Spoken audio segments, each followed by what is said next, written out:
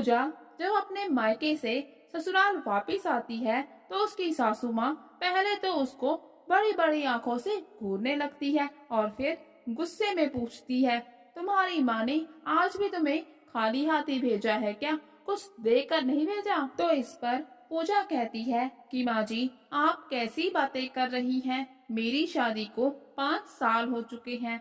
अब मेरे माता पिता मुझे और कितना देंगे? तो इस पर पूजा की सास कहती है, हमारे यहाँ पर रिवाज है, लड़की कभी भी अपने मायके से खाली हाथ नहीं आती, नहीं तो उसकी माँ बीमार पड़ जाती है। इस पर पूजा मायूस हो जाती है और कहने लगती है, सासू माँ आप कैसी बातें कर रही हैं? तो सासू माँ भी बढ़ चढ़कर गुस्से में कहती है, कैसी क्या बातें कर रही हूँ? जो मैंने बड़ों से सुना है वही तो बोल रही हूँ। और आगे ये भी कहती है कि चुपचाप तुम अपनी माँ से 5,000 रुपए मंगवा लो, वरना इस अपशकुन का बहुत ही बुरा परिणाम होगा। अब पूजा बेचारी डर जाती है, माँ की चिंता खाने लगती है, इसलिए अपनी माँ को फोन करके कहती है कि वो उसे 5,000 रुपए भेज दे। और फिर जब भी कोई त्योहार आता तो पूजा की सास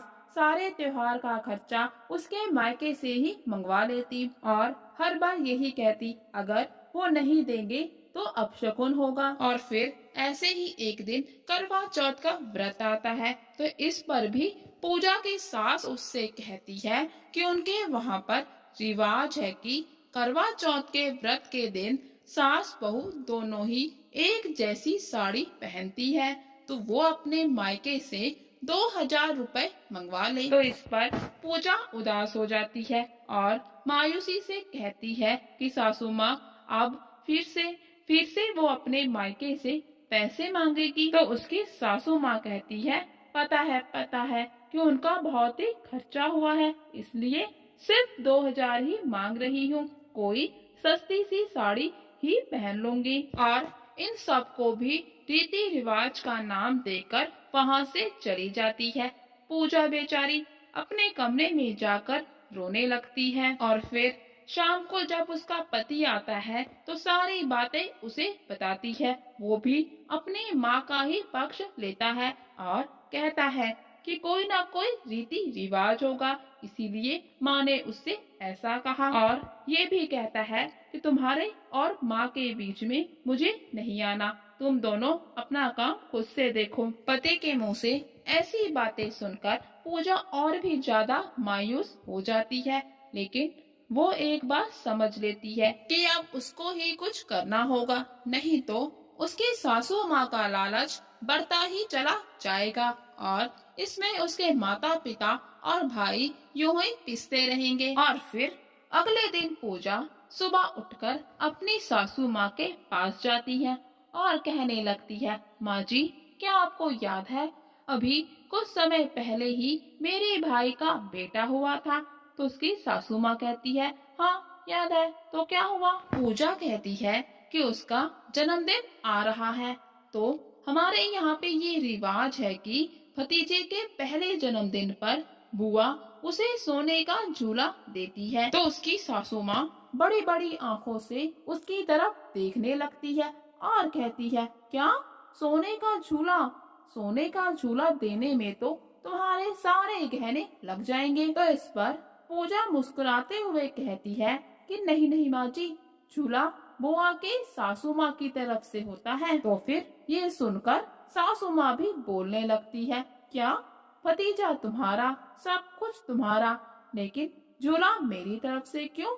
तो पूजा कहती है, रिवाज रिवाज माँ जी, रिवाज, ये हमारे वहाँ का रिवाज है कि बुआ की सासू माँ भतीजे के लिए सोने का झूला लेकर आती है, नहीं तो बहुत बड़ा अपशकुन हो सकता है। तो सासू माँ बौखलाते हुए पूछने लगती है, अपशकुन? कैसा अपशकुन हो सकता है?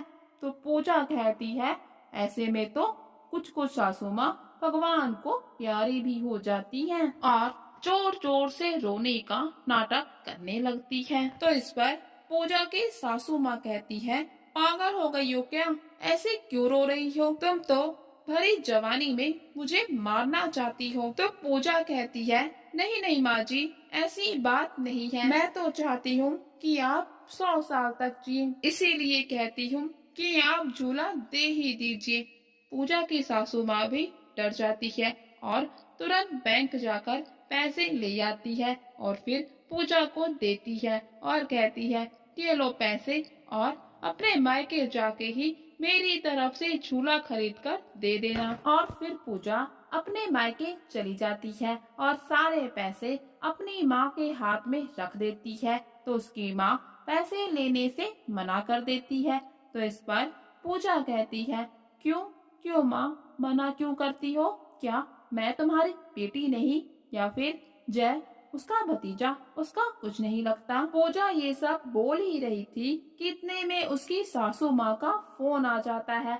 सासू माँ उससे कहती है कि पूजा, इस बार तुम अपने मायके से कुछ भी मत लेके आना। अब तुम्हारी शादी को काफी समय हो गया, छोड़ो ये रीति रिवाज। क्यों अपने माता पिता को अब भी परेशान करती हो? तुम इस बार खाली हाथ ही आना। तो फिर इस तरह से पूजा की चाल कामयाब हो जाती है। सासू माँ भी अब शगुन अपशगुन को भूल जाती है और बार बार उसे उसके मायके से पैसे लेके आने को नहीं बोलती।